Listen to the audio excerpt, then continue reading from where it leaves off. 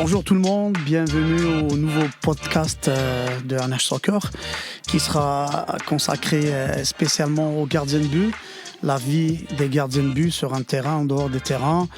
Et on va bien sûr inviter des entraîneurs de gardiens et de gardiens de but tout le long des émissions qu'on va vous préparer.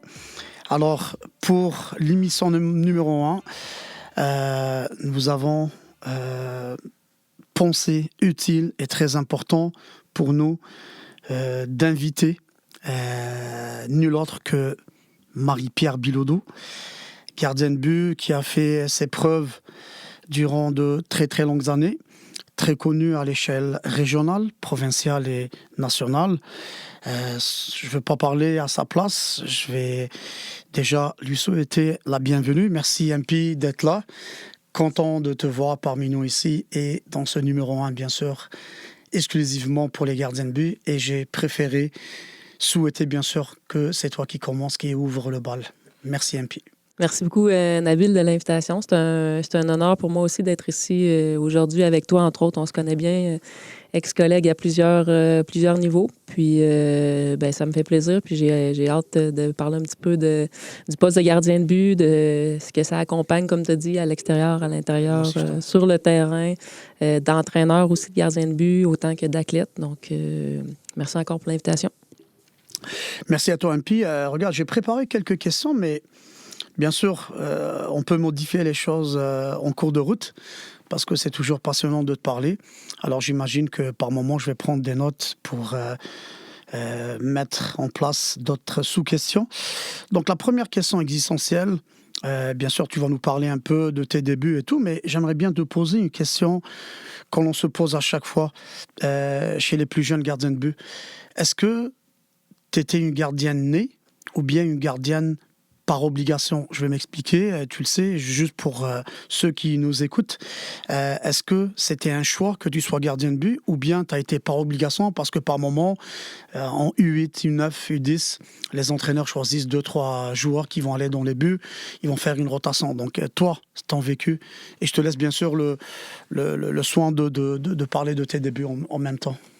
C'était ni né ni par obligation, je te dirais. Dans le fond, j'ai commencé sur le jeu mes premiers matchs, mais si, de mémoire, 7-8 premiers matchs. Moi, je viens de Beauport, donc j'ai joué à Beauport. J'ai commencé à 8 ans, ma première année en U8. À l'époque, c'est un peu ça. On ne commençait pas à 4 ans comme aujourd'hui. Donc, Atome U8 à Beauport en 1991, pour être précise. Donc, c'est ça. J'ai joué mes 7 premiers matchs de mémoire, puis on les avait tous perdus ou presque tous perdus. Donc, je ne sais pas si c'est définitivement pas par obligation. Est-ce que c'est par choix? Je ne suis même pas sûre non plus. Mais définitivement de par ma mentalité. Moi, j'étais une fille très compétitive, donc ça, c'était même pas lié au soccer. J'étais tannée de perdre, je voulais gagner, puis je me suis dit, hey, je pense que je pourrais faire mieux, je pourrais faire la différence si j'allais là. Il y en a qui le savent peut-être, ceux qui me connaissent, mais j'ai une sœur jumelle. Donc, ma sœur, je considérais qu'elle était capable de faire le boulot là, à elle seule à l'attaque. C'est sûr que dans ces niveaux-là, quand tu as moyennement un potentiel, tu domines quand même. Donc, c'était déjà, ma sœur, sa première année, des 7-8 buts par match. Même déjà fait, là, je pense, 21 buts dans le même match, là, en U8, U9. Là. Donc, elle était capable. Je me suis dit, bon, elle est capable de se charger de cette partie-là, de la partie offensive. Donc, si moi, j'allais gauler, peut-être que... C'était un équilibre un peu. Peut-être qu'on serait capable de faire des résultats. Donc, après ces 7-8 premiers matchs-là, c'est ce que j'ai fait.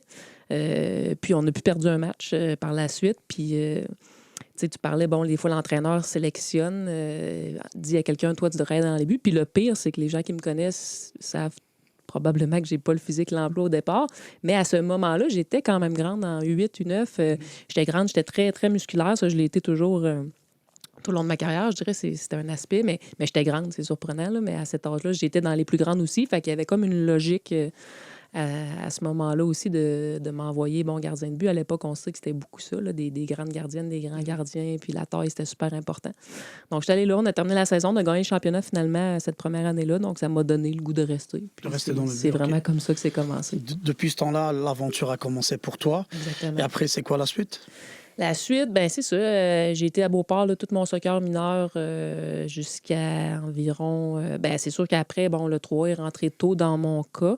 À l'âge du 13, j'étais avec le Dynamo U15, qui était le 3 à l'époque. Bon, le Dynamo, ceux qui connaissent ça. Ça a commencé à U15 dans mes années. Donc, c'est ça. En U13, j'étais gardienne là, pour le Dynamo U15. Comme tout le monde, un petit peu, les Jeux du Québec. J'ai fait en judo aussi. C'est toujours une parenthèse à faire, mais c'est ça, je faisais les deux sports à ce moment-là. Donc, Dynamo, le 3. Puis bon, à l'âge de 19 ans, 19-20 ans, c'est là que je me suis embarquée un peu dans l'aventure semi-pro. À l'époque, il y avait un club dans la province là, qui était les Comètes de Laval. Il y avait eu une année... En fait, avant les Comètes, on a eu l'Extrême, justement. La première année que moi, j'ai été là, c'était l'Extrême de Montréal. Il y avait eu un petit peu avant ça les Dynamites de Laval. Un peu en expérimental, si on peut dire, mais avec l'Extrême, ça a vraiment été le début, je pense, de l'aventure semi-pro au Québec. Donc, l'Extrême de Montréal là, en 2004. J'étais encore jeune, j'étais en équipe nationale à ce moment-là aussi, là, à partir de 17 ans, dans le fond. Je me suis joint à l'équipe nationale là, des moins de 19, en préparation justement là, pour la Coupe du monde moins de 19 qui a eu lieu en 2002. Donc, c'est ça, à partir de 17 ans, secondaire 5, l'équipe nationale est rentrée, en même temps un petit peu le semi-pro. Puis par la suite, ben, environ une dizaine de saisons là, dans cette même W-League-là, là, qui était une ligue principalement à notre époque basée aux États-Unis avec quelques équipes au Canada, là, Ouais. Ottawa, Montréal, justement, Vancouver, donc seulement quelques équipes canadiennes à l'époque. Puis c'est ça, une dizaine de saisons dans cette ligue-là. Puis, bon, universitaire à travers tout ça un petit peu. Donc, Ricochet, ouais. Excellent.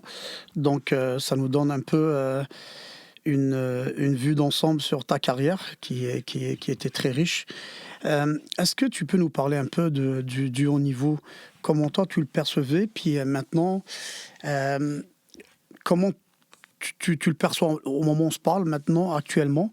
Puis s'il y a des conseils à donner à des jeunes pour atteindre ce niveau-là, ça serait quoi les conseils? ouais. Ça a beaucoup changé là, au niveau. Je te dirais que nous, à notre époque, justement, ça se passait vraiment beaucoup nord-américain, donc Canada, États-Unis. Si on regarde les meilleures européennes, dans mes époques, ça joue aux États-Unis. Tu sais, les filles signées aux États-Unis, on le voit entre autres, là, ceux qui suivent un petit peu ça. Là, si on pense à Marinette Pichon, bon, tu sais, c'était la meilleure joueuse française à l'époque. Elle est venue jouer aux États-Unis, c'était un gros contrat. Donc, nous, ça se passait aux États-Unis. En Europe, c'était un peu plus faible au niveau féminin à mon époque. Maintenant, la vapeur est en train de tourner un peu à ce niveau-là. Il y a des gros contrats qui se donnent en Europe. L'argent est là aussi. On sait un peu pourquoi. Bon, puis je suis 100% pour ça. Je trouve que c'est logique maintenant que les clubs, les clubs qui ont des équipes masculines professionnelles se doivent aussi d'avoir Ouais, sont obligés de... sont obligés d'avoir un club féminin. Donc, ça encourage un petit peu le développement à ce niveau-là. Puis je pense qu'ils réussissent bien, puis ils font bien en Europe. Tu sais, c'est pas juste le club masculin qui fait vivre le club féminin. On le voit avec les foules d'ailleurs. Tu sais, Exactement. PSG, etc. Lyon, Exactement. Tu sais, Barcelone qui a Barcelone eu qui se développe 92 beaucoup. 000 spectateurs. Exactement. Donc, on voit que c'est plus... tu sais, c'est pas juste, bon, il y a un club masculin, on va faire vivre une équipe féminine. C'est plus le cas. Il y a des foules, il y a des stades remplis. Donc, c'est vraiment de plus en plus intéressant, je pense, l'aventure en Europe maintenant versus à mon époque. Pour se rendre là, tu me demandais des conseils. Tu sais, moi, je dis souvent, je regarde, comme tu dis, un peu les jeunes aujourd'hui et tout, puis je me dis, des fois, on se fie trop, puis c'est encore un peu ça dans tous les sports. Tu sais, on se fie trop au moule. Même bon, si tu veux jouer Ligue nationale de hockey, il faut que tu mesures tant, si t'es défenseur. Puis c'est appelé à changer, puis on le voit, bon, les glaces ont agrandi, entre autres au hockey, on le voit. Là, on commence à avoir des petits défenseurs qui signent des contrats professionnels. Moi, c'était un peu pareil à l'époque. Tu sais, on riait souvent parce qu'il y a des années, on était souvent autour de 36, 34 équipes en W-League. Puis, tu sais, souvent, la plus petite gardienne après moi, c'était comme 5 et 10. Tu sais, moi, je fais 5 et 3. Là. Ça fait que la taille moyenne, c'était 6 pieds 1. Les gardiennes, près de 200 livres environ. Tu sais, vraiment des bonnes charpentes. Puis, les gens souvent ne comprenaient pas, bon, pourquoi tu as réussi à un peu aller contre ça. Mais tu sais, il y a des éléments qu'on sous-estime souvent. Puis je pense que la passion, tu sais, c'est plate à dire, mais c'est quasi...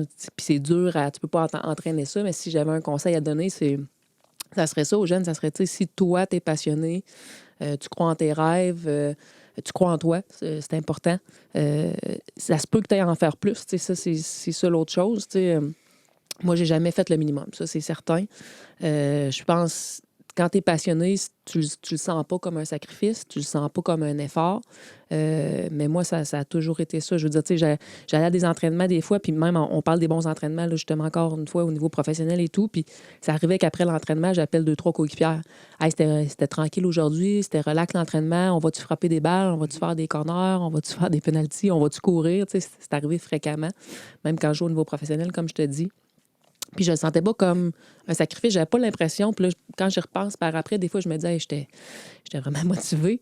Mais j'avais pas l'impression que c'était un effort, un sacrifice. J'aimais ça. J'étais passionnée. Tu sais, moi, j'aimais ça, aller juste au terrain avec 3-4 amis, faire des frappes, faire des coups francs, travailler ça. Donc, je pense, si tu as la passion, puis tu crois en toi, ben, tu sais, de continuer là-dedans, puis ça devient, comme je te dis, ça devient comme naturel. Puis après, je pense que les choses vont suivre éventuellement. Puis tu sais, on le voit un petit peu, oui, il y a des parcours un peu atypiques, mais on le voit encore aujourd'hui. Tu sais, on entend la Coupe du monde féminine, ben, tu sais, Evelyne vient, c'est des parcours atypiques. Tu sais, c'est des filles qui sont rentrées plus tard. Puis moi, j'ai été là super tôt en équipe nationale.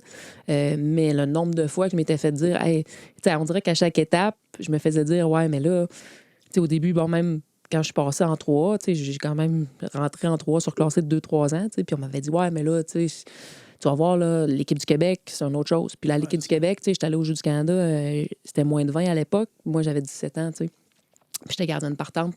Puis on me disait, ouais, mais là, tu sais. C'est la limite, peut-être. C'était toujours ça. Ouais, mais là, tu sais, là, c'est ça. Tu sais, ouais, mais là, signé professionnel, tu vas voir, tu sais. Puis justement, bon, on avait juste un club à l'époque avec l'Extrême de Montréal. Puis, tu sais, il y avait Karina Leblanc qui était gardienne, qui n'est pas du Québec, mais qui était gardienne de l'équipe nationale partante senior, qui était avec moi. Encore une fois, puis on pourra en parler plus tard, mais encore une fois, moi, on m'a dit ma première année semi-pro, ben, je peux le raconter si tu veux, mais bien sûr, vas-y, le début de l'aventure, il est toujours intéressant parce que je pense que c'est le déclic qui est là, tu sais, puis il y a des gens, des fois, qui auraient lâché, il y a des jeunes, je pense, qui auraient abandonné. Puis... Abandonné, exact. Exactement. Donc, en gros, j'arrive là avec l'Extrême de Montréal. On était peu de joueuses de la province. C'est un club qui était basé à Montréal, mais on avait vraiment Alex Darocha, qui tout le monde connaît. Il était vraiment allé se bâtir une grosse équipe. Là, on était allé chercher plein de filles en équipe nationale. Charlton Onan, à l'époque, qui était défenseur central en équipe nationale. On avait justement Karina Leblanc, là, qui avait été une de nos premières signatures comme gardienne. Amy Walsh, qui est de la province, mais Amy Walsh, qui est plus de 100 caps en équipe nationale. Donc, on avait vraiment un gros line-up. Beaucoup de filles de l'équipe canadienne senior, beaucoup de filles de l'équipe canadienne des moins de 21. Moi, à cette époque-là, j'étais avec les moins de 19. Donc, même Alex m'avait dit, bon, tu sais, là, on a Karina Leblanc, on a Stacy Van Boxmeer, qui est aussi en équipe nationale, qui était, je pense, en U21 quand moi, j'étais en U19. Donc, il m'avait dit, là, tu sais, tu vas être troisième, tu ne joueras pas, tu viens de Québec, donc c'est beaucoup de sacrifices, venir à Montréal 3 fois semaine, les matchs, les entraînements. T'es sûr que tu veux rester? Ça a commencé vraiment comme ça, ma première année semi-pro. Il m'a dit, tu ne joueras jamais. Ça a été ça, tu sais. Puis je le respecte pour ça, parce qu'Alex, c'est quelqu'un d'honnête. Puis il m'avait dit, écoute, les chances que tu joues cette année sont minimes. Fait que moi, j'ai dit, hey, regarde, moi, c'est sûr que je veux rester. J'ai dit, hey, je vais m'entraîner avec Karina Leblanc, qui est, à l'époque, oui, la meilleure gardienne de l'équipe nationale senior, mais probablement une des meilleures au monde aussi. Canada, États-Unis, c'était Karina, Hope Solo un peu aux États-Unis, mais c'était dans les 3 meilleures gardiennes au monde. Donc, j'avais dit, hey, moi, je peux m'entraîner 3 fois semaine avec cette fille-là, c'est sûr que je reste. C'est sûr que je reste. Donc, tu avais un autre côté positif. J'avais un autre objectif, puis moi, je m'étais dit, hey, moi, je vais me développer tellement, même si je ne joue pas un match, je m'en fous. Je vais jouer contre toutes justement des filles exceptionnelles qui sont déjà établis à ce niveau-là, au niveau professionnel, au niveau de l'équipe nationale. Donc, moi, j'ai dit à Alex, c'est sûr que je reste. Puis, ça donne que, justement, après quelques matchs, 3 matchs, 4 matchs maximum en début de saison, Karina se blesse, terminé. Là, donc, on passe avec Van Boxmeer un peu. Puis, là, aux entraînements, là, on le voit. Là, aux entraînements, je commence à m'imposer et tout. Puis même, je sens que l'équipe est en train de se rallier. C'est ça un peu comme poste. Hein? Les filles voient que je travaille beaucoup plus fort que l'autre. Je le sens au niveau des joueuses et tout. Puis on arrive, il reste 2-3 matchs à la saison. On arrive contre le Fury d'Ottawa à l'époque qui était une très bonne équipe. La meilleure équipe. Il n'y avait pas de défaite à ce moment-là dans la saison. Il reste 2-3 matchs. Je fais même pas l'échauffement, c'est ça qui est drôle. C'est Van Boxmeer qui est supposé faire le match, donc je m'échauffe même pas. En fait, je l'échauffe avec Karina. Puis, on rentre juste avant le match, il reste quelques minutes. Puis, Karina va voir Alex. Puis là, ils ont comme une discussion, je suis pas trop au courant. Puis, l'échauffement avait vraiment pas bien été de son côté. Puis, je vois que Karina parle avec Alex, mais on est à comme 5 minutes du match. Ils sont à veille d'annoncer l'alignement. Puis, Alex vient me voir, puis il me dit... Il dit t'es-tu game de goaler? Puis moi, c'est sûr, ma réponse, c'est oui, tu sais. Il dit ouais, mais là, t'es pas échauffé. Il me dit ouais, mais là, t'es pas échauffé, c'est le Fury, ils n'ont pas de défaite. Je dis écoute, c'est quoi que j'ai à perdre? Puis j'entends Amy, justement, Walsh, puis Karina Leblanc qui partent à rire parce que je pense qu'ils se doutaient un peu de la réponse, tu sais. Puis même certaines joueurs, ils ont dit écoute, t'as rien à perdre. Mais il a dit au pire, tu sais, on va dire, regarde, on avait une gardienne jeune. Fait que, tu sais, il y a déjà quasiment son excuse. Puis finalement, bon, on a gagné le match. Fait que, mais tu sais, comme je te dis, j'ai senti les joueuses là, devant moi, tu sais, vraiment, les filles, tout le monde en a fait plus. Tout le monde en a fait plus. Les filles se sont présentées. Ils ont vraiment bien performé. Donc, ça a été un peu ça le début. Puis bon, après ça, c'est sûr, j'ai joué tous les matchs. Puis on a fait le Final Four cette année-là. Là. Donc, en série, j'ai gaulé tous les matchs et tout. Puis ça a été comme ma première saison semi-pro. Tu sais, bon, après, il y en a eu 8 autres pratiquement. 3 à Laval, 4 à Québec. Donc, mais ça a été ça le début. Fait que je pense que c'est ça. Tu sais, ça serait, je reviens à ta question, mais ça serait vraiment croire en soi, croire en ses rêves, travailler fort. Si tu fais ça, moi, je persiste à croire que le reste va suivre. Honnêtement, moi, je me rappelle très bien de toi parce que même, pour petite anecdote, on s'est entraîné une fois. On jouait ensemble la même année au Rouge et Or. Ben oui. Donc, il y avait des entraînements spécifiques garçons et filles. Ben oui. Donc, on se parlait beaucoup, puis on échangeait beaucoup sur plusieurs façons de faire, etc. Donc, mais honnêtement, la chose qui ressortait le plus de toi, MP, c'est ta personnalité, honnêtement. Et je pense que c'est ça qui fait défaut un peu les dernières années, c'est de trouver des jeunes qui ont vraiment cette forte personnalité. Parce que, comme tu viens de le souligner, un match semi-pro, tu as des gardiennes internationales devant toi. Il y en a une qui se blesse, l'autre qui, pour X raisons, elle peut pas... Chose qui peut arriver, hein, je l'ai vécu.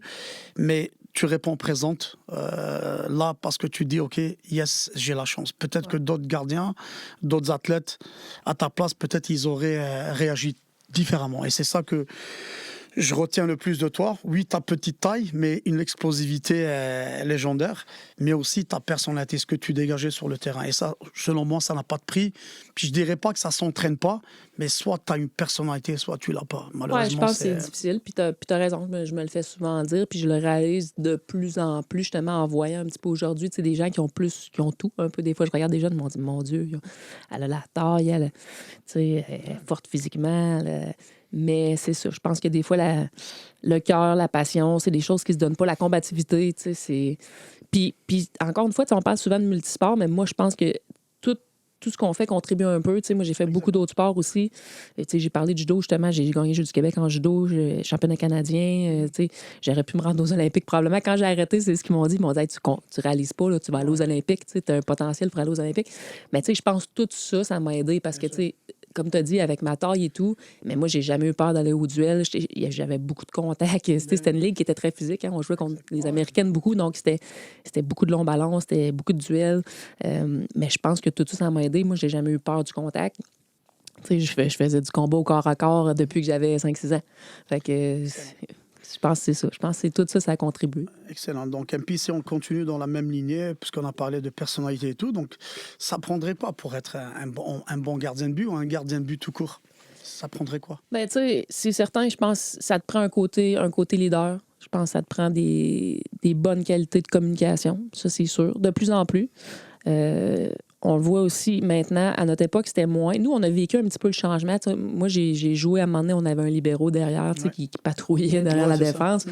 Là, on était vraiment plus des gardiens shot stopper, comme on dit, là, sur notre ligne à faire les arrêts.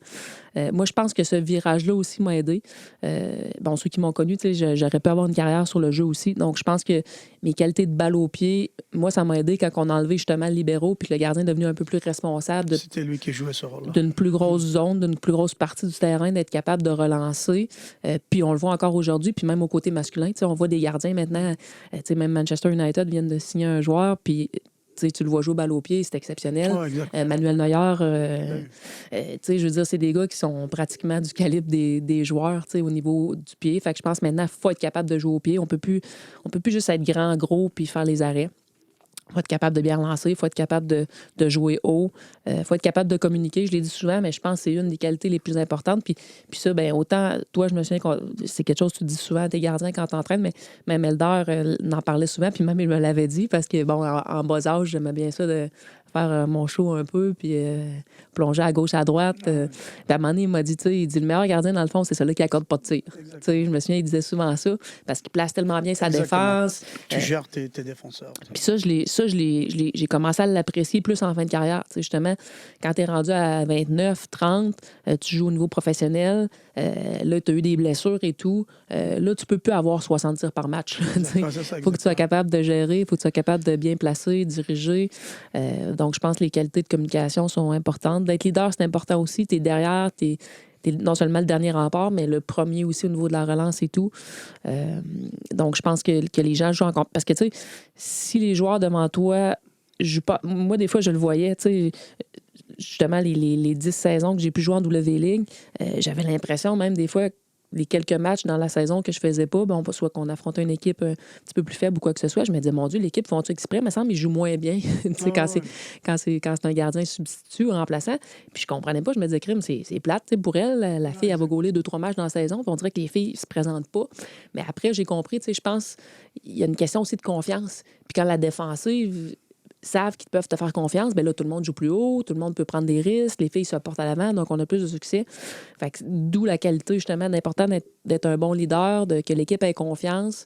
Je pense que ça... Puis, tu sais, vois-tu, on n'a même pas parlé de qualité technique en tant que telle. Je pense que tout ça, ça passe avant. C'est ça. Je pense que tout ça, ça passe avant. Le reste, ça s'apprend. Tu peux travailler ta prise de balle dans l'entraînement, tu peux travailler tes sorties, tu peux travailler tes plongeons, tu peux travailler ta relance, mais si tu n'as pas ça, si tu n'es pas capable de bien diriger, si tu n'es pas capable de bien parler, si tu n'es pas capable d'avoir la confiance des joueurs devant toi, et tout ça, ça sert un peu à rien. Exact. Puis je dis toujours aux gardiens, votre présence est importante sur le terrain, en fait. Des fois, quelqu'un passe et il vous entend, il vous voit. C'est ça, ce que tu dégages, ce que tu dis, comment tu te comportes.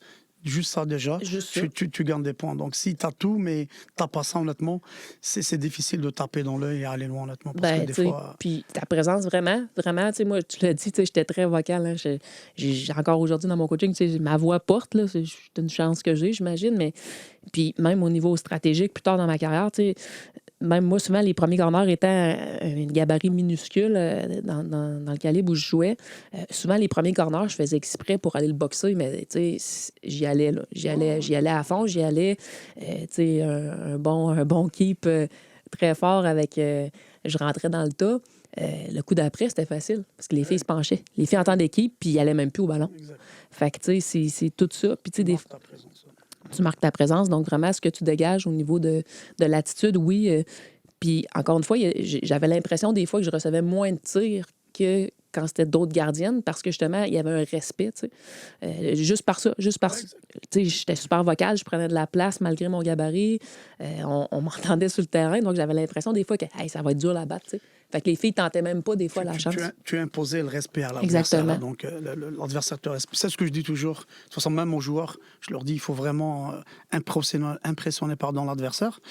Parce que justement, c'est comme ça qu'on impose le respect. Si c'est l'inverse, l'adversaire, il va t'écraser. Donc, on l'a vu un peu, tu sais, même avec Stéphanie Labbé, je pense là, on est en mode Coupe du Monde, mais aux Jeux olympiques... ça a été ça, là, tu sais, c'est pas... tu sais, elle a connu le tournoi de sa vie, mais ça a été tout dans les petits détails, tu sais, en pénalty et tout, tu sais, d'aller porter le ballon, le sourire au visage, ça met comme un doute dans la tête de l'adversaire, t'es peu, elle a l'air heureuse d'être là, elle a l'air confiante, elle là, ça va pas bien, tu sais. Puis moi, je me souviens, souvent, avant c'était une de mes forces au tir de barrage, puis souvent, je parlais à mon équipe aussi, je faisais exprès, tu sais, ça faisait un peu partie du personnage, j'étais pas quelqu'un de stressé et tout, puis souvent, avant qu'on aille en tir, je disais aux filles, les filles, yes, tu sais. Puis là, les filles me regardaient, ben voyons, tu sais, les gardiennes, souvent, sont stressés, ils pleurent avant, tu sais. Moi, j'étais contente, les filles, on va gagner, puis je vais être dans le journal, regarde, là, ça va être moi à vedette, là, pas le choix, on est rendu là, tu sais. Fait que ça leur enlevait la pression. Tu sais, juste ça, tu sais, je disais, stressez pas avec ça, là, c'est sûr, je n'arrête 2-3, tu sais. Puis au final, ben eux, ils tiraient détendus, tu sais. Fait qu'il y avait une stratégie là-dedans, là. C'est ce que je dis toujours aux gardiens, c'est lors des séries de tirs au but, là, je dis toujours, celui qui n'a rien à perdre, c'est le gardien, honnêtement, parce que au pire des cas, t'encaisses un but, mais c'est la pression sur les joueurs. C'est eux qui ratent, qui loupent leur frappe et tout. Et donc c'est pour ça, certains le prennent du bon côté pour justement se donner à fond et se dire, OK, je serai soit un héros, soit rien, soit c'est normal. Je passerai inaperçu. Exactement. Pas comme les joueurs ou les joueuses qui, eux, malheureusement, ils vont écouper un peu de tout, là. Puis, est-ce que tu as un modèle de gardien de but actuelle ou gardienne de ces temps-ci ou bien d'il y a quelques années? Bien sûr, comme tu le vois, ce poste-là a beaucoup évolué, donc même les gardiens, ils ont évolué dans leur façon de faire et d'être. Est-ce qu'il y a un gardien ou une gardienne qui t'a marqué? Et ça serait qui? C'est une excellente question. Il y en a eu beaucoup, je te dirais, dans l'histoire puis dans mon évolution aussi. C'est ça, on va dire, quand tu as commencé à être Ouais. bonne dans ce poste-là, c'était tes premières années ou c'était qui à ce moment-là? J'irais vers Fabien Barthez, OK. honnêtement. Justement, dans ces années-là, tu sais, 98, tu sais, moi, en 98, j'avais 15 ans, là, à peu près, là. Fait que, tu sais, dans ces années-là, c'était Coupe du monde, France-Brésil. J'étais fan du Brésil, mais mon Dieu, puis, tu sais, justement, dans sa présence, dans ses sorties, c'était quelqu'un qui, tu sais, c'était pas le plus grand, c'était pas le Il plus n'était pas gros. considéré comme un grand gardien. Non, c'est ça. 1m81 ou 82? Exactement, un genre de Pour 6 lui, pieds c'est ça, pile, exact. tu sais, mais Exact. pour un gars, c'était pas si grand, il était pas particulièrement gros, mais au niveau de sa présence, son attitude, du caractère des sorties, tu sais, 50-50 avec les joueurs où il y a eu des gros contacts, Exact. c'était mon genre. Fait que ça a été, ouais, ça a été un des premiers. Mais plus tard, ben c'est ça, plus récemment, au niveau masculin encore, c'est sûr que moi, j'ai toujours aimé, puis j'ai eu la chance de m'entraîner là d'aller un petit peu au Bayern et tout. Donc, c'est sûr que Manuel Neuer, à tous les points de vue, tu sais, je trouve qu'il a su s'adapter. Puis, justement, mais encore là, étant un peu plus vieux, il était encore bon parce que, justement, tous les aspects qu'on a dit, tu sais, au niveau de diriger, au niveau du calme, au niveau de la Ce communication, qu'il dégage, honnêtement, ce c'est qu'il impressionnant. dégage, son jeu de pied. Fait que, tu sais, je pense que j'irais avec ces deux-là. Puis, c'est triste que je te nomme deux gars, mais c'est ça, hein, tu sais, je veux dire, moi, C'est ça, j'allais te dire, je suis chez quand les même, filles, ça serait je qui? suis quand même rendue vieille. Tu sais, au niveau féminin, ben, tu sais, je te dirais que une des plus dominantes qu'il y a eu, puis je pense Solo. qu'il va rester, c'est Hope Solo. Solo, Ouais, exact. définitivement. Elle a du charisme aussi. Et puis, Oui, c'est ça, un gros caractère, même, en tout cas, dans sa vie personnelle, là, C'est ça. on a beaucoup de contacts en commun, hein, c'est un petit monde, fait que pour avoir joué là, avec des joueuses qui ont joué avec elle, ou, tu sais, je pense que son caractère était aussi présent dans sa vie personnelle, mais tu sais, si tu analyses performance pour performance, je pense que c'est probablement la gardienne qui a été, selon moi, le plus dominante au Exact. niveau Elle a féminin. marqué son existence. Oui, vraiment. Elle a marqué vraiment euh, son époque, là, définitivement. Définitivement. Puis après les autres, bon, ça a été tout le temps un petit peu en dessous, là, je OK. pense. Excellent. Est-ce que tu as une anecdote à nous raconter? Tu nous as dit tout à l'heure, hors antenne, qu'il y a des choses que je vais dire, peut-être que ça sera quelque chose de nouveau. Alors, on aimerait, les auditeurs aimeraient en savoir davantage. Vas-y. Une anecdote, crime, je sais pas, là. T'en as beaucoup, j'imagine. Là? J'en ai trop, c'est ça, une anecdote, crime. Je sais pas trop. Ben, comme j'ai raconté un petit peu tantôt, je pense que ça, les gens, des fois, le savent pas. Tu sais, je me suis souvent fait dire, justement, ah, toi, c'est facile. Ouais, mais toi, on le sait. Ah, ouais, mais toi, tu sais, ça fait 10 ans que t'es là, puis tu joues toujours. Tu sais, les gens, des fois, ont des impressions, puis... Fait que, tu sais, c'est pour ça que je raconte souvent la première année, tu sais, avec l'extrême, puis bon, qu'on m'avait dit, hey, tu sais, je comprendrais, tu sais, quand ton coach te dit, je comprendrais si tu t'en allais, tu sais. Tu sais, ça, je pense que c'est une des anecdotes que des fois, les gens ne savent pas, puis c'est important de la raconter. Par la suite, il y en a tellement eu, il se passe tellement de choses dans des équipes, j'aurais de la misère à cibler. Mais tu sais, il y a eu plein de choses, justement, quand j'ai décidé d'arrêter en 2012, ma dernière saison. Je m'en souviendrai toujours parce que après le match, bon, c'est sûr, c'est très émotif et tout. Puis même les arbitres, tu sais, ça faisait tellement longtemps que j'étais dans la ligue que les arbitres sont venus tout de suite me donner le ballon de match, tu sais, directement. Puis, fait que, tu sais, même les arbitres, ils étaient comme, hey, félicitations, puis, tu sais, il y avait du respect. Mais qu'est-ce qui est plus drôle, c'est que, tu sais, on venait de jouer 2 gros matchs au Final Four. Cette année-là, on s'était rendu aussi au Final Four avec l'Amiral. On avait une super jeune équipe, là. Les filles ils appelaient ça MP and the Kids cette année-là. Donc, on avait José Bélanger qui est encore là, qui avait de l'expérience. On avait Imen Troudi, une Tunisienne qui avait été exceptionnelle. Mais le reste, c'était beaucoup des jeunes bon, qui ont eu des carrières après. Écoute, Ariel Roy-Petitclerc qui a joué professionnel, Joël Gosselin, qui était à ses débuts aussi à ce moment-là, Mélissa Roy. Melgui. Non? Oui, Marie-Christine Gauthier, toutes des filles qui ont joué, ouais, exactement, qui ont eu des belles carrières, là, que ce soit universitaire ou même, bon, on pense à Ariel, justement, Joël, Melroy, qui ont eu des carrières au niveau plus professionnel, mais il y avait 17 ans à ce moment-là, tu sais, fait que on était super jeunes, fait que déjà de faire le Final Four, c'était bien, mais c'est ça, on a joué, bon, DC United puis Pally Blues, qui étaient 2 équipes exceptionnelles, puis qui étaient, tu sais, la W League, c'était une ligue professionnelle, mais il y avait des franchises semi-pro à travers. Donc, des fois, c'était drôle parce qu'on pouvait affronter des clubs, justement, qu'eux avaient des franchises pro, donc payaient leurs joueuses des bons salaires quand même pour l'époque. Alors que nous, on avait une franchise semi-pro, donc bon, c'était plus les dépenses, etc.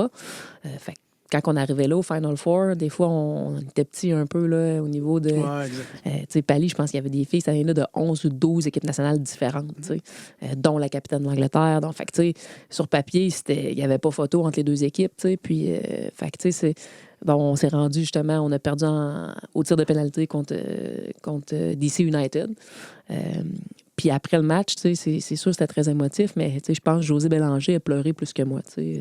Fait que ça m'a toujours marqué. Puis tu sais, Josée, elle a eu après à continuer une carrière en équipe nationale, elle est allée aux Jeux olympiques et tout, mais elle avait l'air plus triste que moi de ma retraite. Fait que tu sais, c'est des petites anecdotes, mais je pense que c'est ça. Je pense que c'est tous les liens qu'on tisse aussi à travers ces années-là. Mais c'était quoi l'élément déclencheur qui t'a poussé à arrêter? Tu te dis, OK, c'est là. Ouais. Là, il faut que je prenne ma retraite. Ouais, c'était quoi l'élément déclencheur? Une excellente question. Ça va paraître con, les gens vont rire un peu, mais bon, tu sais, moi, je m'étais pas dit un nombre d'années. J'ai eu des blessures quand même, mais somme toute, pas si mal là, pour. Puis ça revient à l'esprit tantôt de compétition que je te dis. Tu sais, je dis ça, puis tu sais, j'ai un quadriceps de complètement déchiré. Je dis pas si mal comme blessure, mais moi, j'étais tellement compétitive. Tu sais, tout ce qui m'est arrivé, ça m'est toujours... Je me suis toujours organisée pour pas que ça affecte mes... Puis là, je dis ça, puis je sais pas comment j'ai fait, mais tu sais, ça n'a jamais affecté mon quadriceps, entre autres. C'est arrivé avec les comètes. Je pensais que j'avais un claquage. J'ai joué toute la saison TP au complet. 2 mois après, là, j'étais allée consulter. J'ai dit, là, ça fait 2 mois, je fais rien. Puis ma cuisse, là, je suis pas capable de me lever à la jambe. De la misère à conduire ma voiture, tu sais. Fait que là, passe, échographie, résonance et tout. Puis là, il dit, ouais, mais ton quadriceps est déchiré à 100%. Là. OK, on fait quoi avec ça? Ben là, c'est pas faire grand-chose, tu sais, ça fait trop longtemps, puis ça serait une grosse opération, puis ça servirait pas à grand-chose. Fait que, bon, j'ai joué après ça, tu sais, comme 4-5 saisons avec un quadriceps complètement fini. J'ai joué, je pense, 4 ans en ligne avec un tape à la cuisse. Un épaule, un hiver au mois de mars, à ma fête, 15 mars, je m'en souviens encore. Ça a déchiré, ça a luxé, ça a tout fait. Là. J'étais enflé jusque dans le milieu du cou en à peu près 30 secondes. Puis c'était le 15 mars, puis la saison commençait justement au mois de mai. Fait que j'ai décidé, là, comme 2 jours avant le début de la saison, que j'étais correct. Tu sais. Écoute, des matchs avec les comètes, que j'étais arrivé, on était en série, j'étais arrivé en béquille à l'autobus, puis le physio m'a dit, là, tu penses pas que tu vas jouer, là? Puis là, j'ai dit, garde toi, ta job, c'est de me TP. Puis après, on va s'organiser à quel reste, tu sais. Fait que... ça, il y en a eu pas mal. Fait que, oui, j'ai eu des blessures, mais pas d'opération. Je m'en ai quand même bien sorti. C'est pour ça que je dis ça. Mais c'est ça. Moi, c'était dans ma tête. Je voulais des enfants et tout. Donc, quand j'ai eu 30 ans, j'ai dit, OK, là, j'ai donné, j'ai fait le tour. Je savais que je ne retournerais pas en équipe nationale à 30 ans. Fait que, de jouer 10 saisons, 9 saisons, 12 saisons dans cette ligue-là. Ça changeait pas grand-chose. Ça changeait pas grand-chose pour moi. Puis, moi, c'était important aussi, étant compétitive. Je voulais pas vivre un déclin non plus.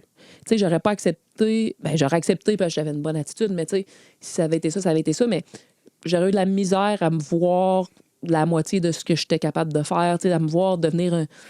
En fait, c'est même pas devenir une faiblesse, parce que je me serais jamais rendue là dans ma tête, comme je te dis, mais pu être la meilleure, ça m'aurait dérangé, je pense. Fait que, j'étais encore au top, justement. J'étais encore dans définitivement les meilleurs de la ligue. Fait que je me suis dit, OK, là, je veux des enfants, j'ai 30 ans, j'ai fait le tour, quand même, que je jouerais 15 ans dans cette ligue-là. Ça m'amènera rien de plus. Ça m'amènera rien de moins. Puis justement, j'ai eu j'ai eu aucune blessure probablement avant 26, 27 ans. Fait que ça, on le voit aussi. Là, le corps commençait à me parler aussi, là, à me lancer des signaux, même si justement, j'essayais de faire un peu d'ignorance volontaire. Mais je pense que c'était ça, le fait que je voulais avoir des enfants, puis les blessures un peu, je le voyais que ça s'en allait vers là. Fait qu'avant d'en arriver, d'être la moitié de ce que j'avais été. Tu voulais sortir par la grande porte vraiment, quelque définitivement. part. Puis peut-être dans la tête, tu voulais pas te voir deuxième gardienne aussi? Peut-être que... Ouais, c'est ça. Ben, tu sais, ça... Si les blessures sont chaînées, puis que le corps ne répond plus... Ouais, c'est ça. Ben, tu sais, je l'aurais fait parce que, si tu me dis, écoute, moi, je suis tellement craquée, là, j'ai 40 ans, 2 enfants, si tu me dis, hey, MP... Mettons que tu t'entraînes puis tu t'en vas en équipe nationale, troisième gardienne, tu pars-tu au jeu, c'est sûr, j'y vais, là, présentement à 40 ans. Fait que c'est pas le fait d'être deuxième gardienne, j'aurais pas accepté. Parce que là, de l'être à 40 ans, ça arrête de l'allure. Ouais, c'est ça. Dans ma tête, à 30 ans, c'était pas le poste. Tu aurais fait une équipe mondiale, j'aurais été deuxième gardienne, j'aurais très bien accepté mon rôle, comme je l'ai accepté en début de carrière, en 2004. Ça aurait été plus justement de devenir une deuxième version de moi-même. C'est ça que j'aurais pas accepté. Là, à l'âge que j'ai, tu me dis, tu y vas demain matin, tu t'entraînes au bout, t'es deuxième, parfait. Parce que je sais que ça serait déjà exceptionnel avec l'âge que j'ai où je suis rendue dans ma vie. Mais de me voir être moins bonne que je sais que je pourrais être, ça me dérangerait. OK. Parfait, excellent. Il me reste quelques petites questions. Si tu aurais été joueuse de chant, même si moi aussi j'ai une petite anecdote, je me rappelle de toi quand j'ai fait à quelques reprises. Championnat canadien avec le Dynamo, donc je pense que c'était un match où je pense que vous êtes qualifié au deuxième tour. Fabien Cotin, qu'on salue au passage, a décidé de te faire jouer sur le jeu. Exactement. Parce que tu jouais, je pense, dans la W League. Oui, exactement. Tu es venu intégrer... on avait le droit, dans le fond, quand notre saison était finie, on pouvait se joindre. Tu as joint l'équipe comme joueuse de chant et non comme gardien de but dans un championnat canadien. Donc, ça aurait été quoi ton poste sur le jeu? C'est sûr en pointe. Okay. C'est sûr. À toutes les fois que j'ai joué, c'est arrivé à quelques reprises. C'est arrivé même universitaire. Ça, c'est une drôle d'anecdote aussi. Je peux la raconter. C'est... avec Eldar, dans le fond, je gaulais à cette époque-là, bien entendu, puis avec le Roger, puis on perdait 1-0, puis en tout cas, ça allait pas bien. Là, personne répondait un peu, puis à la mi-temps, il s'est fâché, ce qui était rare pour tous ceux qui connaissaient Eldar. Puis il a juste dit, écoutez, là, c'est qui va aller la mettre dedans? N'importe qui me dit qu'il va aller la mettre dedans, je la mets en pointe. Puis là, moi, je lève la main. Puis là, il me regarde, tu sais, puis il dit, t'es-tu sérieuse? Et là, je dis, ben oui. J'ai dit, mets-moi en avant, tu vas voir. Alors... il me regarde, il réfléchit, tout ça, mais il me connaissait. Eldar m'avait eu en sport-études, il m'avait eu quand j'étais jeune. Fait que, rendu là, ça fait déjà 7-8 ans qu'on se côtoie, admettons. Fait qu'il me dit, ouais, c'est beau. Il dit, enlève tes gants. Il dit, tu rentres en pointe. Fait que j'ai, hey, pas de problème. Puis, encore une fois, ceux qui me connaissent savent, j'ai quand même beaucoup d'humour. Fait que, puis, tu sais, un personnage aussi un peu quand je jouais, justement. Fait que, je dis, pas de problème. J'ai dit, tu me donnes-tu 20 minutes, tu sais, pour mettre ça 2-1 ou. Il dit, regarde, MP, là. Il dit, ferme-la, là, puis vas-y, puis ça va être ça. Fait que je dis pas de problème. Fait que en 20 minutes, j'ai fait un but, une passe. On a mis ça 2-1, puis il m'a remis des buts après pour finir le match. Donc, on a gagné 2-1 avec le Rouge et Or. Puis oui, c'était arrivé après avec Fabien. J'avais fait 3 buts ce match-là, justement. Encore une fois, un genre de 20 minutes. C'est sûr qu'en étant gardienne, je m'organisais pour faire ça vite parce que j'avais peut-être pas le cardio des filles qui jouaient 90 minutes tout le temps. T'sais. Fait que c'était bien de la puissance, bien de l'intensité, mais je pense pas que j'aurais toffé 90 minutes à cette époque-là. T'sais, surtout avec le physique que j'avais. J'avais vraiment un physique de gardienne. Là, j'étais super musculaire, donc quand même plus lourde. Fait que j'aurais pas couru 90 minutes, c'est sûr. Mais oui, avec Fabien, ce match-là, c'est arrivé en championnat canadien, un 3 buts en genre de 20 minutes. C'est arrivé aussi après, avec David Desloges. Là, j'étais allée justement une année après la W League avec lui comme assistant de coach un peu, mais il m'avait mis joueuse-entraîneur. Puis j'étais entré un match, j'avais fait un but tout de suite là, en comme 5 minutes. Fait que les quelques fois que c'est arrivé, ça a toujours bien été. Fait que ça serait vraiment là en pointe, je pense que... Ben, tu sais, c'est logique, hein? T'es gardien, tu fais face au but, t'as tout le monde devant toi, t'es juste dans le sens inverse, hein? Fait qu'en pointe, dos au jeu, on a tout le monde devant nous. Fait que, tu sais, c'est une position naturelle, je pense, un peu pour un gardien de but en général. Puis, tu sais, on connaît justement, c'est une zone qu'on connaît au niveau de la lecture, les balles aériennes, tu sais, centre, corner, on est capable de bien lire le timing, lecture de la trajectoire. Donc, je pense que ça aurait été un poste naturel. Et tu sais comment... faire tomber le gardien adverse, parce que si tu frappes à bout portant, c'est pas l'idéal, donc tu vas peut-être placer plus le ballon. Ben, exactement. On connaît un peu c'est ça, les faiblesses. Exactement. C'est celui donc, qui s'arrêter là, c'est sûr. Exact. Et puis, le futsal, dans ton temps et le mien aussi, il n'était pas aussi développé ce qu'il est maintenant. Est-ce que tu as connu un peu quelques saisons en futsal? Est-ce que tu as... Un peu. De façon sérieuse, on va dire. Oui, ben, à peine, comme tu dis. Nous, c'était vraiment du soccer intérieur. Hein. On jouait avec les ballons d'extérieur. Ça brassait un peu. Là. C'était intense, là. Je te dirais. Futsal, oui, en fin de carrière complètement. Je venais d'arrêter. En fait, ça faisait peut-être 1 an ou 2, j'avais arrêté. Puis là, c'est la première année, je pense, qu'ils ont fait une ligue un peu plus sérieuse. Puis c'est les filles, justement, de Québec qui m'avaient... j'ai coaché à ce moment-là au Rouge-Or, justement, la majorité des filles qui jouaient.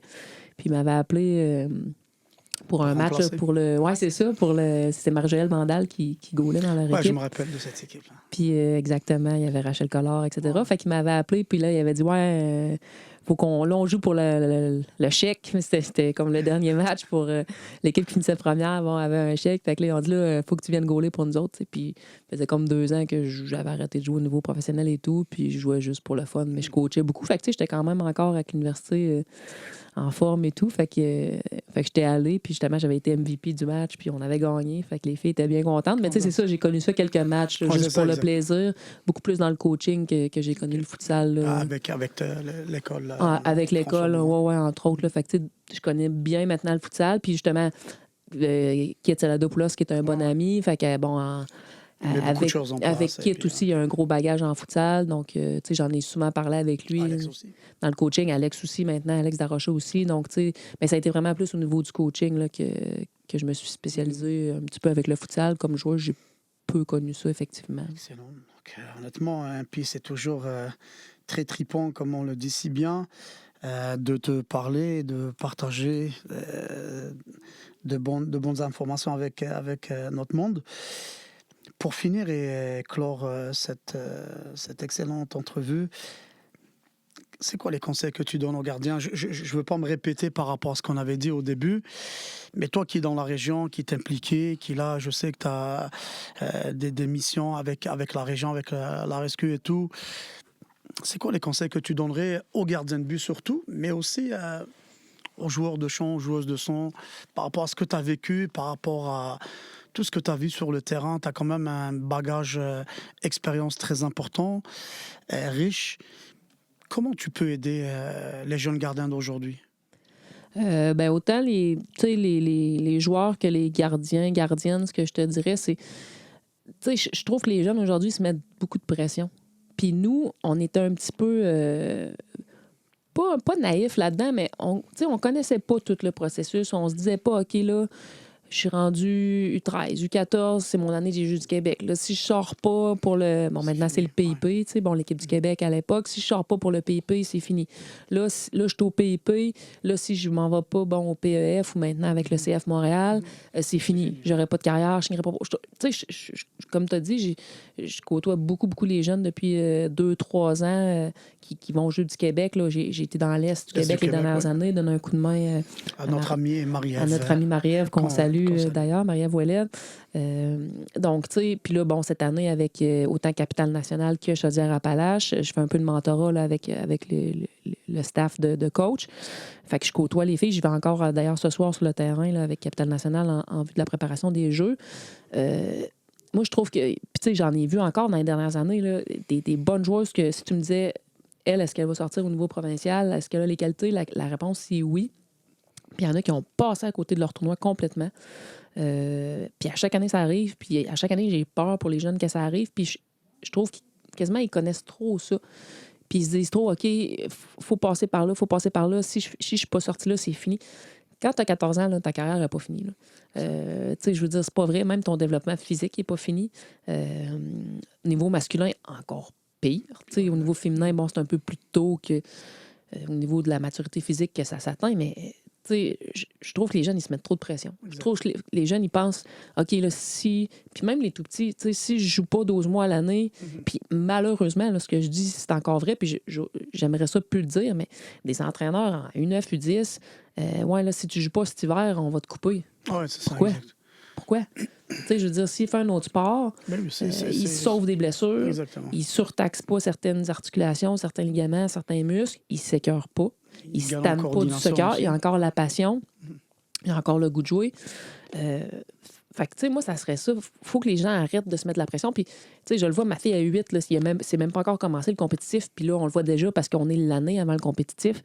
Des parents qui viennent sur le terrain, puis, ouais, là, tu penses-tu que c'est grave, ça manque? Hey, non, c'est pas grave. Elle s'est fatiguée, puis elle a le goût de faire une journée de piscine. Ouais, c'est bien correct une fois de temps en temps, là. Tu sais, je trouve que les jeunes, Mais en fait, c'est même pas les jeunes. Encore une fois, malheureusement, ça vient souvent du parent, ce problème-là. Les parents qui mettent de la pression à leurs jeunes, qui pensent que s'ils font pas 8 camps de spécialisation, ils seront pas là. Tu sais, s'il faut faire tout ça pour se rendre au niveau pro, il se rendra pas de toute façon. Tu sais, moi, je pense, malheureusement, c'est triste à dire, mais tu sais, je veux dire, il y a des qualités, comme on a dit, il y a des qualités qui sont dures à donner au niveau de la passion, au niveau de l'envie, tu sais. Puis il y a des qualités physiques, il y a tellement de choses qui rentrent en ligne de compte que, tu sais, s'il faut que tu fasses tout, tu fasses 12 000 camps pour faire une sélection, tu sais, le mur, il va arriver plutôt que tard. Fait que moi, je pense, mettez-vous pas de pression, ayez du plaisir. Tu sais, ça paraît un peu simpliste comme discours, mais je pense que c'est ça. Je pense que c'est ceux qui gardent ça, qui gardent cette passion-là. Puis on le voit justement avec des gens qui ont eu des parcours un peu plus atypiques. Tu sais. On parlait d'Evelyne Viens au début, mais tu sais, ça a été ça. Tu sais, bon, pour une raison X, puis on n'est pas là pour parler de ça, mais tu sais, pas fait nécessairement les équipes du Québec. Bon, des fois, ils n'étaient pas prêtes à partir, aller s'installer à Montréal, aller tu sais... faire des sacrifices à un certain moment. À un certain moment, à une certaine époque, elle a fait des choix. Puis bon, plus tard, au niveau universitaire, bon, là, la passion est encore là. Là, elle est partie plus tard. Puis bon, il y a eu un détour sur l'autoroute, mais tu sais, elle a rejoint parce qu'elle avait les qualités pour être là, tu sais. Fait qu'est-ce que, tu sais, les filles qui ont été... Est-ce qu'ils partent avantagées nécessairement, tu sais? Oui puis non, tu sais. Fait que oui, il y a l'autoroute, puis tant mieux si tu peux prendre l'autoroute puis le chemin A. Puis tu sais, moi, je l'ai pris, mais écoute, tu sais, ça a donné comme ça, puis c'était pas pareil à l'époque. Tu sais, moi, j'ai pas eu à déménager. Tu sais, nous, le CNHP à l'époque, le Centre national... Tu faisais nous, le Centre national, tu sais, qui est le PEF maintenant, qui est rendu au CF Montréal, ça a tout changé de nom 4 fois, mais tu sais, nous, c'était à Montréal, mais c'était la fin de semaine, Puis oui, c'est des sacrifices, puis je les ai faits. Fait tu sais, moi, j'ai tout fait ça, là, l'équipe du Québec, le CNHP, l'équipe nationale. Mais en même temps, tu sais, je me dis, si on m'avait dit, tu déménages à Montréal, je sais pas si je l'aurais fait à 13-14 ans, déménager à Montréal. Tu sais, j'ai pas eu... C'est jeune un peu, on a. C'est jeune un peu. Fait que, tu sais, c'est tout ça. Je pense, c'est d'arrêter de se mettre une pression. Tu joues pour la passion, tu joues pour le plaisir. Si tu as à être là, honnêtement, là, si tu as les qualités pour jouer au niveau de l'équipe nationale, par exemple, ou en faire une carrière, jouer professionnel, c'est pas parce que tu manques un camp, une pratique, c'est pas parce que tu te rendras pas. Tu sais, je pense que rendu là, c'est tellement justement compétitif, ça joue tellement sur des détails, il y a des choses qu'on contrôle pas. Tu sais, je veux dire, il y a des fois, tu contrôles pas. Oui, tu sais, tu me mets en entraîneur en équipe nationale demain matin, probablement que je prends les 12... Tu sais, sur les filles qui sont là présentement, probablement qu'il y en a 13-14 qui bougent pas. Mais après, au niveau des dernières joueuses, des derniers choix, il y a tellement... Ça devient des préférences de coach, ça devient des préférences au niveau du style et tout. Fait que tu peux pas contrôler ça. Il y a tellement de choses que tu contrôles pas. Tu sais, moi, je me dis, vas-y à fond, mets-toi pas de pression, aie du plaisir, puis si ça a à venir, ça va venir. Tu sais, si tu pousses trop, si tu forces trop, à un moment donné, je veux dire, ça marchera pas de toute façon. Merci beaucoup pour ces conseils qui sont très, très importants pour les jeunes de chez nous. C'est toujours passionnant et beaucoup de passion, beaucoup d'honnêteté qui sort de toi, MP, à chaque fois qu'on échange. Avant de clôturer cette première émission de podcast pour les gardiens de but, je te laisse le mot de la fin. Tu diras ce que tu voudras. Si tu veux faire des coucous à des gens que tu aimes bien. On n'a pas parlé des entraîneurs qui t'ont marqué, que ce soit des entraîneurs spécifiques que je connais personnellement ou des entraîneurs d'équipe. Tu peux le faire. Tu peux... honnêtement, c'est ta minute à toi. Puis lâche-toi un pied, là. Ben, premièrement, merci encore. Je pense que c'est un bel honneur, une belle opportunité d'être la première invitée officielle sur votre podcast. Ben, comme j'ai dit, je répéterai aux jeunes encore une fois, je pense qu'on peut parler aux jeunes, je répéterai aux jeunes gardiens et gardiennes de croire en eux. Si vous le faites pas, je pense que personne ne va le faire. Je pense qu'on doit être les premiers à croire en nous. Après, au niveau, oui, des entraîneurs marquants, j'en ai eu quelques-uns, c'est sûr. Je pense...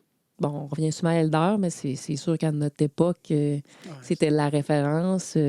J'ai été chanceuse un petit peu. J'ai eu, Youssef Daha, qui est quand même connu au niveau de la province, Jamel Larabi. Donc, c'est des légendes un petit peu au niveau des gardiens de but que j'ai eu la chance d'avoir en équipe du Québec. plus jeune, j'en ai pas vraiment eu, là, justement, à part Elder, là, qui a été un des premiers, je pense. C'était pas aussi développé Non. l'entraînement spécifique. Exactement. Avant les équipes du Québec, moi, c'est ça, j'ai eu Elder parce que lui, c'est un gardien. Exact. Exactement. Puis bon, il était responsable de la région ici. Fait que c'est même pas nécessairement que j'ai fait des cours avec lui spécifiques. Bon, étant un gardien, il m'a donné un petit peu de trucs, mais avant l'équipe du Québec U15, j'ai jamais eu d'entraîneur de gardien. Il faut souligner la chance que les jeunes ont. Les jeunes ont, entre autres, effectivement, puis tu sais, entre autres avec toi, je pense dans la région, t'es une bonne référence. Aussi en W-League, t'avais un bon entraîneur avec toi, spécifique aussi. Ben oui, non, c'est ça, tu sais, j'en ai eu beaucoup. J'ai eu Christophe Blain aussi. T'es ici avec l'amiral. Oui, c'est ça. Non, c'est ça. J'ai eu quelques bons mentors, effectivement, mais tu sais, c'est ça, avant 15-16 ans, nous, on n'a pas eu. Maintenant, les jeunes, ils ont la chance d'avoir ça. Puis oui, c'est un poste particulier, tu sais. Fait que si les jeunes peuvent aller travailler, puis encore une fois, s'ils veulent, puis s'ils ont la passion. Puis, tu sais, c'est un des postes que je pense, tu sais, que tu peux apprendre le plus en faisant du spécifique, tu sais. Puis, tu sais, tu peux commencer plus tard aussi. Je pense que c'est un des postes gardien. Est-ce que tu me dis, bah, tu sais, tel jeune... Même, c'est drôle parce que l'année passée, j'en parlais justement avec Philippe dans l'Est du Québec, mais tu sais, on disait, bon, tu sais, des fois, c'est pas facile d'aller chercher trouver des bonnes gardiennes un petit peu partout, dans les plus petites régions encore plus, mais quand même partout, c'est pas un poste naturel, surtout pour les filles. Tu sais, on voit les petits gars, ils ont tous des gants. Hein. C'est drôle, tu vas voir du 8, du 9, ils s'achètent des gants, tout le monde aime ça, aller se pitcher à gauche, à droite. Les petites filles, c'est moins naturel. Mais comme je disais, j'en parlais à Phil, puis je disais, va voir du volleyball. C'est pas une fille qui est bonne au volleyball. Tu sais, je veux dire, l'impulsion, la lecture, les mains solides, pas avoir peur du ballon, pas avoir peur de se lancer à gauche, à droite. Fait que, tu sais, quelqu'un qui a des qualités athlétiques, que c'est quelque chose qui peut l'intéresser, est-ce que c'est possible de commencer à gauler à 12-13 ans? Honnêtement, j'ai le goût de te dire que oui. Fait que, tu sais, si t'es un bon athlète, puis t'as été peut-être dans d'autres sports, puis tu vois ça, puis tu dis, ah ben non, il est même trop tard, tu sais, soccer, il faut commencer à 4 ans. Ah, exactement. Sur le jeu, même encore aujourd'hui sur le jeu, je crois que 4 ans, c'est très, très tôt. Tant mieux ceux qui le font, puis qui ne se tannent pas, puis que ça va bien. Mais tu sais, ceux qui commencent à 8, 9, 10 ans, tu sais, moi, je dis souvent, j'ai commencé à 8 ans, ça ne m'a pas empêché de me rendre au niveau professionnel, puis en équipe nationale. Là. Fait que, tu sais, puis je pense encore une fois en gardien de but, quelqu'un qui est un bon athlète, un gars qui fait du football, quelqu'un qui joue au volleyball, quelqu'un qui fait du basket même. Les sports sont tellement connexes puis reliés. Je pense que ça serait ça, tu sais, pas hésiter à l'essayer si c'est quelque chose qui semble t'intéresser puis tu as des bonnes qualités athlétiques. Tu sais, la course, le saut, ça s'applique à tous les sports. Donc, moi, ça serait ça. N'ayez pas peur de commencer un petit peu plus tard. Puis je pense que c'est un des postes, entre autres, là, qu'on peut se développer un petit peu plus tard. Excellent. Marie-Pierre, un gros merci. Merci pour ta présence. Merci pour tout ce que tu as donné pour la première émission. J'espère que les gens vont aimer ce qu'ils auront à écouter. Un gros merci. Merci pour ton bon travail auprès des jeunes. J'espère que tu vas rester le plus longtemps possible sur le terrain pour encadrer les jeunes. On a besoin de gens passionnés. Tu parlais beaucoup de passants tout à l'heure, mais ça prend aussi d'éducateurs passionnés, d'éducatrices passionnées. Je sais qu'une de tes missions, c'est d'encadrer les éducatrices. Et j'espère, à travers ta personnalité, à travers ton vécu, tu vas essayer de développer des jeunes, qu'ils soient entraîneurs, éducateurs ou athlètes. Je te souhaite tout le bonheur du monde. Encore une fois, un gros merci. Merci. J'espère... Pourquoi pas revenir une autre fois pour un thème précis. On va peut-être être 2, 3, 4, réunir quelques personnes importantes de la région. Peut-être un préparateur physique, un entraîneur de gardien. Oui, ça serait intéressant. Qui va jouer ce rôle-là. On va ramener un entraîneur de joueurs ou des athlètes, toutes générations confondues. Je veux juste, à travers cette émission, oui, on va parler surtout des gardiens de but, mais comme les gardiens de but, ils ne jouent pas seuls. Et donc, je veux qu'on anime une série d'émissions où on va mettre l'accent un peu sur ce poste-là, bien sûr, mais aussi sur la région, sur les jeunes et tout ce qui tourne autour du ballon rond. Merci beaucoup, MP. Merci encore, Nabil. Merci d'être venu. C'est toujours un plaisir. Ouais, on se connaît quand même très bien, mais... Je t'ai même arbitré. T'as tout fait. On s'est entraîné ensemble, tu m'as arbitré, on a coaché. Avec les Comètes de Laval contre le Dynamo. Oui, puis au lac Beauport. Nos 9 ans au moins ensemble au Régiard. Fait que c'est sûr qu'on s'est côtoyés Puis je t'ai côtoyé plus que quasiment mon chum, je peux dire. Je le disais souvent avec Eldar. Ouais, c'est ça. Dans le soccer, c'est ça. On Hein? avait un ami en commun qui malheureusement n'est plus là, qu'on salue, notre ami Elder. Donc, Mais merci à toi aussi pour ce que tu sais. Oui, ça, je pense que c'est encore un petit plus, mais pour ce que tu fais pour la région, je pense que je le dis souvent, hein, puis j'essaie sur mes réseaux sociaux et tout de faire un peu la promotion de ce que tu fais, mais c'est important d'avoir des gens dans la région qui ont de l'expérience, qui sont là depuis longtemps. On en parlait tantôt, il y a des choses qui ne s'achètent pas. Donc, je pense qu'au niveau des gardiens, c'est un poste tellement difficile, tellement spécifique, tellement rare, fait que d'avoir cette expertise-là, cette compétence-là, puis que des jeunes d'aujourd'hui puissent avoir sur le terrain. Comme entraîneur, honnêtement, c'est une belle... Mais merci. Et justement, un des objectifs que je veux à travers ça, c'est vraiment de donner de la passion un peu aux jeunes. Parce que les jeunes d'aujourd'hui qui ont 10, 11 ans, 12 ans, peut-être ils ne te connaissent pas assez. Ouais. Non, effectivement. Mais justement, je veux que les jeunes essaient de revoir un peu l'histoire un peu du soccer dans la région et les gens qui ont marqué le non, sport. C'est vrai. C'est drôle que tu dises ça parce que justement, quand je retourne avec des groupes plus jeunes, sélection régionale et tout, puis des fois, je vais une fois, puis je retourne après, puis ils me disent « Ah là, je suis allé sur YouTube, là, puis là, je salue Benoît qui nous a suivis aussi, à des fois avec l'amiral et tout, pris des vidéos, puis c'est ça, fait que là, les jeunes, ils me disent hey, « Je suis allé voir sur YouTube, là, puis... T'étais gardienne, t'étais bonne, hein? T'as joué du nouveau. Fait que tu sais, c'est drôle, les jeunes, ils n'ont aucune idée de qui on est hein, maintenant. C'est normal aussi, puis c'est tout à fait correct qu'il y ait d'autres idoles. Mais c'est bien aussi de faire connaître un peu l'histoire des gens de la région, puis qu'ils puissent avoir des modèles, si on peut dire. Exact.